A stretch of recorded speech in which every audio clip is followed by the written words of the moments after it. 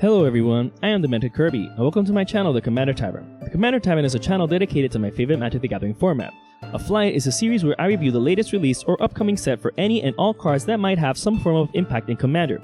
These episodes will be done under the assumption that you've already seen all of the cards in a set and isn't meant to be a spoiler video. This video is my own analysis on the cards I feel are most useful in the Commander format. A Flight is a sampling of several brews, so in this episode I will be sampling all cards from the completely spoiled Ikoria Lair of Behemoths. However, due to viewer input, this episode of A Flight was broken down into two parts. Part 1 was my evaluation of the legendary creatures of the set, and Part 2 is my evaluation of the rest of the cards of the set. So if you want to see my usual in-depth evaluation of the legendary creatures of the set, follow the link above to Part 1 of the episode. If you want to jump to any particular section of this set review, you can find the timestamps down in the description, as well as any deck text for any commanders I've brewed that are mentioned throughout the video. If you like any of the cards I'll be mentioning, please consider using my TCG Player affiliate link when purchasing those cards. You can find a link to it down in the description. It'll really help out the channel. Other ways you can help support the channel is with my Patreon. Patrons get early access to scheduled videos on YouTube, and higher tier patrons get access to the VIP section of my Discord server. You can find a link to that in the description also. In fact, patrons got a chance to see both parts of this episode earlier. Alright, let's get back to the episode. Let's break down the cards by colors, starting with white. Drannith Magistrate, what an amazing hate bear. Not only does this prevent Dread Return Hermit Druid decks from winning, but it also stops Food Chain decks dead in their tracks also. This also puts a damper on decks like Carador Ghost Chieftain and Muldrotha of the Gravetide. However, if those cases still seem too specific for you, with Drannith Magistrate on the board, commanders can't be cast from their command zones either, nor can companions be cast from outside of the game. So this is definitely an amazing hate bear in any deck that can run it, especially prison and control decks. Keensight Mentor is great since it can give a vigilance counter on a non-human creature you control, but it can also put a +1/+1 counter on each creature you control with vigilance. So if you have a global boon for vigilance, this card can give a +1/+1 counter to all of your creatures for cheap. Light of Hope is a great card in decks like Feather the Redeemed. You can give a +1/+1 counter to Feather when you don't need its other modes, since it just returns to your hand. However, when you do need any of its other modes, you can use it no problem. Definitely a great card. Luminous Broodmoth is already renowned as a pretty broken card in plenty of formats, and Commander is no exception. The most famous interaction being comboing it with Solemnity to get an infinite engine going. However, Luminous Broodmoth has other interactions due to how the stack works. Let's take Kitchen Finks as an example. Kitchen Finks has Persist. When Kitchen Finks dies, it returns with a -1/-1 counter as well as a flying counter. However, with the Sacrifice Outlet, you can sacrifice Kitchen Finks in response to receiving either counter, and it returns indefinitely. Here's how it works. Sacrifice Kitchen Finks once. Both its Persist and Luminous Broodmoth trigger. If you arrange the stack so that its Persist trigger resolves first, it enters with a -1/-1 counter. Then, in response to getting the flying counter, sacrifice it again. Since it didn't have flying, Luminous Broodmoth triggers, returning it to the battlefield with a flying counter on it. Since it wasn't Persist that brought it back, it doesn't return with a -1/-1 counter. Thus, you can sacrifice it again, and even though the Broodmoth won't trigger because it has flying, Persist will trigger, and this creates an abusable infinite loop. Same goes with creatures with Undying also. Sanctuary Lockdown is a good anthem for human tribal decks. You can also use humans to tap down creatures, which is best served in response to attacks. However, I find it's weaker to Gallows at Willow Hill, but I don't think it's a matter of either or, since you can include both in a human tribal deck. Splendid Mare is a great way to give a creature lifelink much better than with auras, thanks to it being via a counter. Since this is done by cycling it, you also get to draw a card too, so you can either hard cast this as a 3/3 with lifelink for 3 mana, or use it to give lifelink to a better creature and draw a card at instant speed. So this is just the white one of the cycle, and I love all 5 of them. Stormwild Cabrador is crazy good in decks with red that wipes the board with damage. If you cast Blasphemous Act, you're going to probably wipe the board, leaving this bird goat as the only survivor, as well as giving it 13 +1/+1 counters too. This also works with Pestilence and Pyrohemia. You can wipe the board and not lose these enchantments because Stormwild Cabrador remains and much bigger than before too. Swallowhole does a bunch of things all for just 1 mana. It might not be instant speed removal, but you exile a tapped creature while also pumping the creature tapped down as part of its additional cost to cast. So it's definitely an interesting card and great in very fast and very cheap builds. Valiant Rescuer goes amazing in cycling decks since it creates a creature token without you having to do anything else, just by being there. It's also a 3/1 for 2 mana and has cycling itself. Definitely a good card. Wolf the All Hunter is also great for Feather the Redeemed decks. Not only can you use it to pump Feather when she's attacking, but if she's blocking, the pump is permanent, so it's definitely a great addition to an already amazing commander. As for blue, we have Avian Oddity, the blue card in its cycle. For just 3 mana, you can give a flying counter onto a creature and draw a card at instant speed. Its cycling ability should have cost 1 less, but it's still a good card. Boot of the Wishgiver is essentially a modular spell thanks to its cycling. You can either cast it at sorcery speed for 6 mana to draw 4 cards, or cast it at instant speed for 1 mana to draw 1 card, so it's definitely versatile enough to go in spell-slinging decks that love running cards like Opt, Gitaxian Probe, Serum Visions, Brainstorm, etc. Escape Protocol is similar to Astral Drift, but you have to pay 1 to activate it. The other difference is that the card is immediately blinked instead of delayed until the beginning of the next end step. What's great about it is that it blinks artifacts too, so you can reset artifacts that don't normally untap after giving a lot of mana like Mana Vault, Basalt Monolith, and Grim Monolith just by cycling a card. So there's plenty of ways of cycling cards for free. This could also provide an epic mana advantage. On the more casual side, this can also be used to blink creatures with enter the battlefield triggers as well as leave the battlefield triggers. Gust of Wind is amazing if you control a flyer since you can bounce a creature and draw a card for just 2 mana. Sure, it's at instant speed, but this is definitely a great card in the right deck. Keep Safe is an interesting counterspell since it protects a permanent you control from spot removal.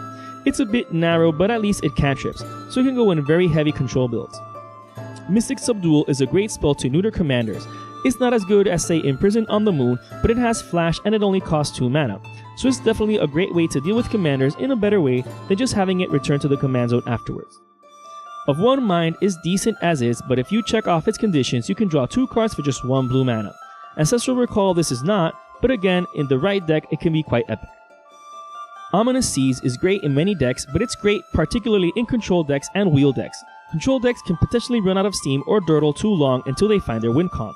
However, with all the drawing you're doing, once you have the table locked, you can remove 8 Foreshadow counters from Ominous Seas in order to get 8/8 Krakens each time. Polywalk Symbiote is good for Mutate Matters decks since it reduces the cost of casting those creatures, and you can also loot for 1 when you do. It's also cheap to cast, so you can have it in play before you start making those huge Mutate piles. Reconnaissance Mission is a strictly better coastal piracy since it has cycling. Apart from that, it's entirely the same card in everything from casting cost to effect.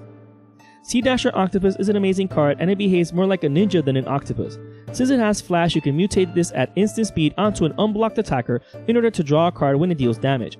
This is a card that can go in quick and fast decks or even in decks like Yuriko the Tiger Shadow.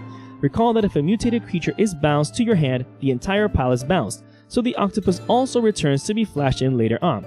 Keep an eye out for this one. Shark Typhoon is an obvious nod to Sharknado, and I'm glad it is.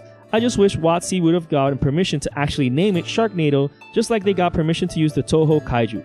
This enchantment is everything you'd expect it to be. It creates flying sharks, what's not to love?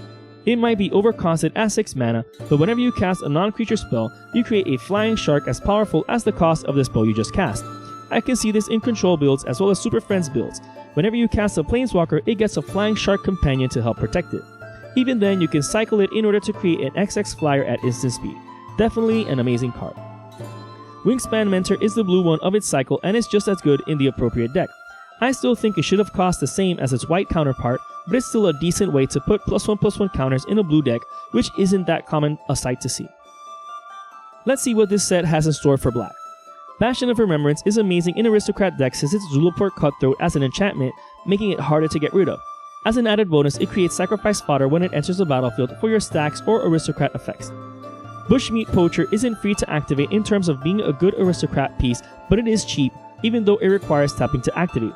That being said, it is a Mirren the Moaning Well on a body that costs 2 less to activate, so it's still pretty good. Call of the Death Dweller is great for decks with lots of cheap and dispensable creatures. For just 3 mana, you get to reanimate 2 of them and be able to at least give one of them Death Touch, making it an excellent blocker. Menace isn't that good as far as evasion goes, but it's better than nothing. Duskfast Mentor is the black one of its cycle. It gives a lifelink counter on a non-human when it enters the battlefield and can then give a +1/+1 counter to all of your creatures with lifelink for cheap. So it's definitely great in the right deck or a deck running the pertinent boons like Whip of Erebos. Thanks to the whip, Duskfang Mentor can give all of your creatures a +1/+1 counter for just 2 mana and tapping. Extinction Event has the potential of wiping out most of the board depending on what's on it. It's not as powerful as Damnation for having a similar mana cost, but that being said, in a dedicated deck like one with Garuda as its companion, you can choose Odd and at least keep all of your creatures. Heartless Act is a great removal spell given the right conditions. Although it's meant more for the meta in Standard, in Commander it's not that common an occurrence for creatures to be having counters on them, so more often than not it should be able to take care of any creature at instant speed for just 2 mana. Neutral Destruction is a strictly better Bone Splinters since it has the potential of having Flash, so if the latter is a good card then the former is also. Being able to take out any creature while also providing a sacrifice outlet for just 1 mana is nothing to scoff at. Unbreakable Bond is great reanimation spell even though it costs 5 mana. It's great in a budget reanimator deck, but it's also good in decks with a costly commander. Sometimes paying 5 to reanimate it from the graveyard is better than paying much more to recast it from the command zone. Oh, and it enters the battlefield with a lifelink counter on it too. Void Beckoner is the black one of its cycle. I feel its cycling cost could have been 1 cheaper, but you're able to make any creature a rattlesnake and draw a card for just 3 mana, so it's not bad. If you're then able to reanimate it for cheap, it's an 8/8 with Death Touch, so there's that too. Alright, onto the red cards. Blitz of the Thunder Raptor is a good exile spell for mono red decks or just really any spell slinging deck with access to red. If you're casting this, it's because you're more than likely dealing lethal damage, so the point would be to exile its target. And for 2 mana at instant speed, it's definitely a great movable piece later on in the game when you have the graveyard full of spells. Clash of Titans can serve as an instant speed way to destroy 2 creatures you don't control. You can also use it on your own creature to kill off a weaker one, but most of the time I feel it's better spent killing 2 creatures at once. Dragon's Stinger is amazing in cycling Matters decks because it doesn't require mana to pay for its ability when it triggers. The more you cycle, the more damage you deal. 1 damage each time here and there might not seem like much, but on its own it could add up. Even more so if you combine it with other damage dealers. Or you can just give it Infect and really make those pings hurt. Fire Prophecy is interesting since it's a burn spell that you can also draw you a card. You don't discard it though, you bottom deck it. So this can go great in decks like Grenzo Dungeon Warden, where it can really go the extra mile. You can kill off a utility creature, Mana Dork or Hate Bear and then draw a card. Definitely a great budget card. Flame Spill is a card I'm going to mention just because it's practically a functional reprint of Super Duper Death Ray and I love silver bordered cards. Mark Rosewater was the lead designer of Ikoria, so I'm not surprised he sneaked in a silver bordered reprint for this set. Footfall Crater is a great card because it's free to activate. You just have to tap down the enchanted land. So it's like paying 1 mana extra for the next creature you cast if you want to give it trample and haste the turn it enters the battlefield. I think paying 1 extra to give a threat trample and haste is a good price. Forbidden Friendship is an amazing card in Zada Hedron grinder decks. Zada loves lots of tokens early on in order to take advantage of the spells being copied, so another Dragon Fodder card is definitely great in it. One of the creatures has haste too, which is definitely a bonus. Frill Scale Mentor is potentially the weakest one in its cycle. It costs 3 mana to activate and Menace isn't really as prevalent in Evergreen Word as Vigilance, Flying, Death Touch, or Trample is. That being said, it's still a cheap way to grant +1/+1 counters to multiple creatures, so given the appropriate deck, it can do some work. Hidden Reflexes is yet another great card for Feather to redeem. Each turn you give a creature a first strike counter since it returns to your hand at the end of your turn. It can also give +1/+0, so it can also pump Feather to make that commander damage win ever closer. Lukka Coppercoat Outcast is a new planeswalker of the set. His +1 might seem similar to Impulsive Draw, but it's more like having a small extension of your hand in exile since you can cast creature cards from there as long as you control a Lukka planeswalker, which is only 1 for the moment. His -2 is a polymorph effect, so this can be brutal when combined with top deck effects like Brainstorm, Scroll Rack, etc. Even if you can't take full advantage of it this way, the polymorph creature needs to have a higher mana cost, meaning that you won't get something weak for your troubles. His ultimate is a great way to get past Pillow Fort decks or control decks that hinder combat. You can just uptick Lukka until you're able to ultimate him and send all that damage straight to an opponent's face regardless of their defenses. He also enters with 5 loyalty for casting 5 mana, so he's fair too. Porcupirate is yet another enabler for Kiki-Jiki Mirror Breaker to go infinite. If you mutate it onto Kiki-Jiki, leaving it on top, then the pile is represented by Porcupirate, meaning that it is no longer a legendary creature. Since it has Kiki-Jiki's clone creating ability, it can target itself creating a copy of Porcupirate with the cloning ability. Thus, you can do this infinitely many times. You won't be able to attack with them since you have to tap them in order to use their ability, but with Perverse God of the Forge, Impact Tremors, etc., you'll be able to give infinite damage. Thus, it's another piece of redundancy in Kiki-Jiki decks. Pyroceratops is a decent finisher in spell-slinging decks or enchantment decks or even Super Friends decks.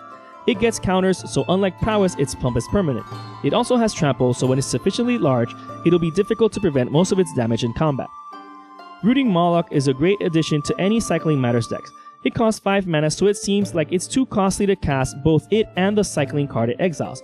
However, if you blink it, then it makes it easier to cast the cycling card it exiles because you're going to have the mana left over to do so. It's a bit of a workaround, but if it makes your cycling cards more useful by being able to reuse them. Sanctuary Smasher is the red one of its cycle. For its cost to cycle, I would have preferred Double Strike instead, but for First Strike it could have cost 1 less to cycle. Either way, it can still give First Strike at instant speed while also drawing you a card, so it's a good card. It's also a 6/4 with First Strike if you're able to reanimate it later on. Shredded Sails reminds me of a Braid, but with the option of also drawing a card if you cycle it. It might not see that much play in Commander beyond hyper budget decks, but it's a good inclusion here. Tentative Connection is potentially a 1 mana Act of Treason if you manage to control a creature with Menace. Thievery effects are great in Commander to indirectly kill off utility creatures like Mana Dorks, Hate Bears, etc., but also as a way to steal a huge commander and kill its owner with it. Unpredictable Cyclone is an amazing card in Cycling Matters decks. Unfortunately, you can't use it to cheat in lands if you cycle a land, but you can cheat bigger spells by cycling a card that shares its type. For example, cycling Boon of the Wishgiver might get you a free Expropriate. Exiling Cast Out might get you a free Omniscience. If you're able to manipulate the top of your library, you can get a ridiculous advantage from this card. It's crazy. Okay, so now we've reached the final stretch of monocolored cards, green. Almighty Brushwag finally gives us another Brushwag. Soon enough we'll have that Brushwag tribal deck. But all joking aside, Almighty Brushwag can definitely be a force to be reckoned with thanks to Biomancer's Familiar and other similar effects. If you can reduce its activation cost to just 1 green mana, it basically has a built-in giant growth, so it becomes a great mana sink that'll make people regret laughing at the Almighty Brushwag, just like in its flavor text. Barrier Breach is crazy good if you have 3 legal targets for it. Being able to exile 3 enchantments without erasing all enchantments from the board is great at protecting your own enchantments, or you can cycle it away if you need the card draw. Colossification is insane. It turns even commanders with just 1 power into a 1-turn clock. Sure, it taps down the creature when it enters the battlefield, but if you're able to flash this in, then it can eliminate a player from out of nowhere. This is best used on a creature with hexproof like Sigarda Host of Herons, Throne the Last Troll, or Yule the Miststalker. Only Mass Effects will be able to deal with these commanders afterwards. You might become the arch enemy though, so fair warning. Essence Symbiote is synergistic in Mutate Matters decks since it pumps up the mutated creature with +1/+1 counters and you gain 2 life as a bonus. With only 1 set so far involving the mutate mechanic, there are few and far between cards for these kinds of decks, so Essence Symbiote is good for what we currently have available. Gem Razor is one of those creatures with mutate that's great even if it's not in a deck dedicated to the mutate mechanic. When mutating a weaker creature, it becomes a 4/4 with reach and trample for just 3 mana. And when it mutates, it naturalizes. It's just an amazing card that can go in almost any deck with access to green. Hornbash Mentor is the green one of its cycle. It's pretty common to give mass trample in green, so with many available boons and anthems, so it's definitely a cheap way to give all of your creatures a +1/+1 counter. It can also give a trample counter to a non-human creature when it enters the battlefield, so there's that too. Migration Path is a strictly better explosive vegetation since it has cycling, so if you're looking for more ramp effects for your decks, Migration Path can fit the bill. Ram Through is an epic fight spell since any excess damage is given to the creature's controller if your creature has trample. When used in decks like Galta Primal Hunger, you're going to be able to kill off almost any creature and then give excess damage to its controller's face, so if your commander is huge, this is a spell for your deck. Thwart the Enemy is a one-sided fog effect for when you want to protect yourself or your creatures depending on the situation. It can go in plenty of decks that involve combat tricks. Titanoth Rex is the green one of its cycle. It gives trample counter and you draw a card at instant speed for just 2 mana. However, you can still use it as a huge beater too, since it's an 11/11 with trample for just 9 mana. Vivian, Monster's Advocate, is the second planeswalker of the set. She has 2 static abilities that let you look at the top card of your library whenever you want to, and also lets you cast creature spells from the top of your library. Her +1 ability creates a 3/3 beast token that you can then put either a vigilance, reach, or trample counter on it. So depending on the situation, you can choose which counter to put on it. Her -2 ability allows you to cheat in any creature with less mana cost when you cast your next creature. This is not a polymorph type effect though, since you're searching your library for that creature. And you can do this the turn you cast Vivian, so you can use this to find combo pieces, utility creatures, etc. This ability has the potential of being grossly busted. Wilt is strictly better naturalized since it has cycling, so if you're playing with naturalized, you can swap it out for Wilt. Alright, now that we're done with the monocolored cards, let's see the multicolored cards of the set. Jubilant Skybonder makes it more expensive for opponents to target your flyers, which goes great in a deck with lots of them. It's also a 2/2 flyer to boot, so it passes the vanilla test. Skycast Sovereign also goes great in decks with lots of flyers since it has an effect similar to Radiant Archangel. It can also serve as a mana sink to create more flyers. I'm surprised this wasn't legendary. Cunning Night Bonder makes your spells with flash cost less and makes them uncounterable too. It's a 2/2 with flash for 2 mana, so it also passes the vanilla test. Slitherwisp also prizes you for casting spells with flash since you get to draw a card at the cost of 1 life whenever you do. Labyrinth Raptor and Sonorous Howlbounder both care about the creatures with menace. Labyrinth Raptor makes opponents sacrifice one of their blockers to your attackers with menace. The Howlbounder makes it even harder to block your creatures with menace. Both of these go great in Greven Predator Captain since he already has menace and is better suited for a Voltron build or Voltron/Stax hybrid build. Proud Willed Bonder and Quartzwood Crasher care about creatures with trample. The Willed Bonder gives your tramplers super trample while the Crasher creates huge dinosaurs when your tramplers deal combat damage. Alert Heat Bonder and Frondon Felidar care about your creatures with vigilance. The Heat Bonder gaining you life at the end of each of your turns makes it harder for opponents to take down your life if your attackers have vigilance. The Felidar makes it even harder if you use your creatures with vigilance to tap down their potential attackers. Dire Tactics is an amazing exile card that's worth the drawback even if you don't control a human. However, with humans being the most common creature type, that should rarely be a problem. General's Enforcer is similar to Arvad the Curse but only pumps legendary humans. You can also use it to hate on graveyard strategies while also having the potential of creating tokens while you're at it. Necropanther, when cast for its mutate cost, is pretty much a reanimation spell for cheap creatures, so you're potentially making a creature better while also getting another one from the graveyard. Channeled Force is like a one-sided wheel with the potential to destroy a creature or planeswalker at instant speed, so it's a great card in these kinds of builds. Lord Dracus is amazing when cast for its mutate cost. When you mutate it, you recover an instant or sorcery spell, so it's good on its own. Sprite Dragon is great for its casting cost. When cast early game in a Spellslinging Enchantments Matters or Super Friends or Artifacts Matters deck, it can get huge pretty quickly. Fun fact, this is technically the second Fairy Dragon in Magic. Fairy Dragon is the first one, so I'm glad WotC made this nod to the first one. You can find more info on Fairy Dragon and other digitally exclusive cards in my video about it, which you can find in the link above. Back for More is yet another reanimation spell. However, as a bonus, the reanimated creature fights another creature, so it also doubles as a removal spell. Fiend Artisan. Where to begin? So much has already been said about it. Its effect is similar to Prime Speaker Vannifar, but it has more flexibility since you can choose whatever creature you want. The only downside is that you have to pay the creature's converted mana cost as the value for X, so it's more like you're casting the creature from your library for an additional mana and creature to sacrifice. It also gets +1/+1 for each creature card in your graveyard, so it also has a Lorgoyf effect for all just 2 mana. This can go in so many decks. It's undoubtedly going to cost a pretty penny when it comes out. Skull Prophet is great in Graveyard Matters decks and self-milling decks like Sidisi Brood Tyrant. Not only can it tap for either black or green mana, but you can also tap it to self-mill for 2. Zenith Flare is a great addition to any Cycling Matters decks since it can deal a significant amount of damage to any target while also gaining you that same amount of life. This is a great finisher near the end game since by then you should have plenty of cards with cycling in your graveyard. Parcel Beast is amazing at 2 mana if you're able to mutate it. You can either draw a card or ramp a land from the top of your library for just 1 mana and tapping.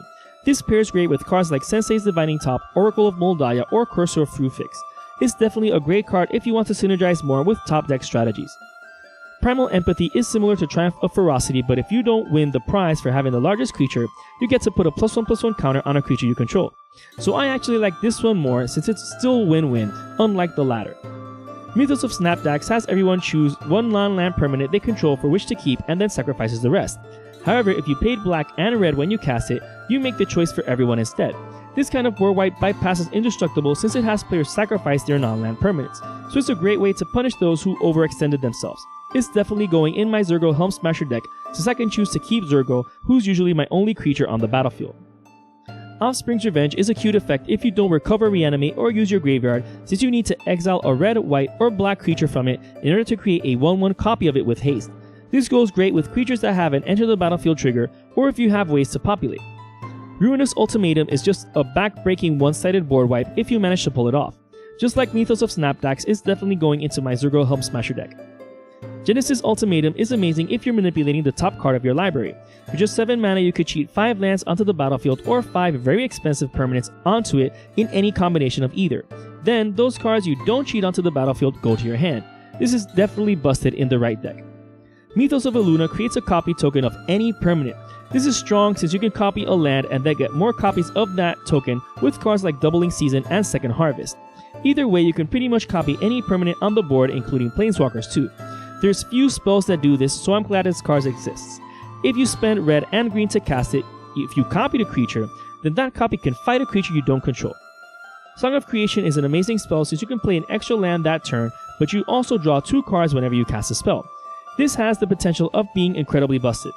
You do have to discard your hand at the end of the turn, but if you have Library of Leng on the battlefield, you can just discard those cards to the top of your library in any order if you don't want to discard them to the graveyard. Either way, if you burn through your deck that turn, the end of your turn isn't going to matter if you close out the game. Death's Oasis is an interesting design since it's like a revolving door for creatures going to your graveyard. Whenever a non-token creature you control dies, you self-mill for 2 and then you recover a creature with lesser converted mana cost from your graveyard. So it's almost like the creature is being changed into something else. You can also sacrifice it to gain life in a pinch, but its major use is for graveyard shenanigans and self-milling.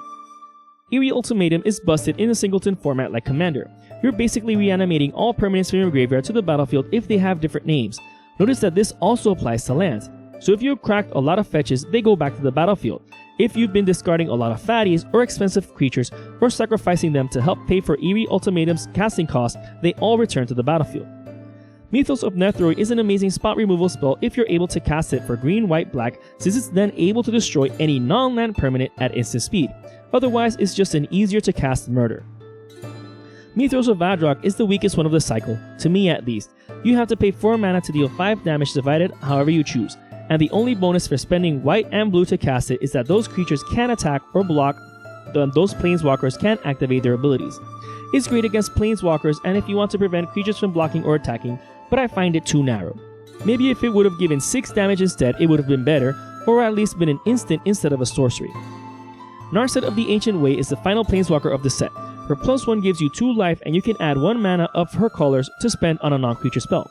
That's great for artifact heavy, enchantment heavy, or even Super Friends decks. Her -2 has you draw a card with the option of looting. If you do, she deals that much damage to target creature or planeswalker, so she can also be used as removal, which is a good way to protect herself or take out other walkers. Her ultimate grants you an emblem that lets you deal 2 damage to any target whenever you cast a non-creature spell. So she's definitely made to be in decks that don't want creatures or run as few creatures as possible. Whirlwind of Thought also cares about non-creature spells. Whenever you cast one, you draw a card. This is crazy good in Spellslinger decks or artifact decks. I can see this being an auto-include in decks like Kikar Wind's Fury and Alesha of the Infinite as ways to not run out of steam since these commanders love non-creature spells. Emergent Ultimatum is the last card in its Mega Cycle. It's an amazing political card since you can conspire with an opponent against another player and have them help you with what to choose. And even if not, you can still get 2 out of the 3 cards you tutored for. However, not only are you tutoring for these cards, but you're also casting them for free. So go ahead and fetch for Expropriate, Omniscience, or Enter the Infinite, and see that opponent sweat bullets as to not know what to let you keep. Mythos of Brokos is the last card in its cycle. For what it costs and what it does, I prefer Jared's Orders over it. But if you do pay blue and black when casting it, you can return any 2 permanents from your graveyard to your hand. I still find its effects weaker than similar effects on already existing cards. Titan's Nest allows you to self-mill the top card of your library during your upkeep. However, the true strength of this card lies in its activated ability. It's essentially giving Delve to colored spells without an X in their mana cost. In and of itself, Delve is a powerful ability. Well, this enchantment pretty much gives Delve to those types of cards. This is going to be very busted. Okay, now let's see those colorless spells that can go inside of any deck. Out of these, I feel like the only one worth a slot in any deck is the Ozolith. And even then, it has to be in a deck dedicated to counters. Some interesting interactions I want to talk about with the Ozolith that I haven't seen absolutely anyone else talk about is age counters. For example, when you stop paying for Jotun Owlkeeper's cumulative upkeep cost, or when it dies, you create a 1/1 bird token for each age counter on it. These counters then pass to the Ozolith. You can then pass these counters to something like Vexing Sphinx. That way it gets a ton of age counters without you really paying its cumulative upkeep cost. Then when it dies, you get to draw a ton of cards from it and then pass more age counters to the Ozolith. This seems like a very janky and fringe interaction, but it serves to show just how versatile the Ozolith is. Alright ladies and gentlemen, we've reached the final sampling of this flight, the lands. Ikoria started yet another cycle of lands without completing its mega cycle, much to the chagrin of all other incomplete land cycles, but that's a whole other can of worms. These triumphs are the first triple type lands, and maybe when we return to Alara we can complete the mega cycle. For the moment, these tricycle lands are what we have. They enter the battlefield tapped but have cycling, similar to the bicycle lands of the Amonkhet block. These can be fetched quite easily though, so they're definitely worth a slot in decks that can run them. Baldur's Enclave is the last card I'll be evaluating today. It doesn't enter the battlefield tapped, and it can tap for mana, so that's a plus. Paying 3 and tapping it allows you to draw a card. However, you can only do this if Ferocious is met. That's fine, since this is another possible source of card draw for those decks whose color identity suffers from decent card draw and card advantage. Thus concludes this flight of cards from Ikoria Lair of Behemoths. I hope this episode has been informative for you, even though these are clearly my own opinions and views on the cards herein discussed. If you have any opinions or thoughts of your own on these cards, or if I overlooked any other hidden gems for Commander, let me know in the comments. As for my predictions for this set, unfortunately I was wrong on the mutate mechanic heralding 3-sided cards in Magic like they did with Transformers. Still, I really enjoyed this set and can't wait to play with its cards and put my theory into practice. I want to take this opportunity to thank my patrons by giving a shout out to all my higher tier patrons, the Brewers, for their patronage. And to everyone, thanks for watching this half episode of A Flight on the Commander Tavern. I am Demented Kirby, and happy theory crafting.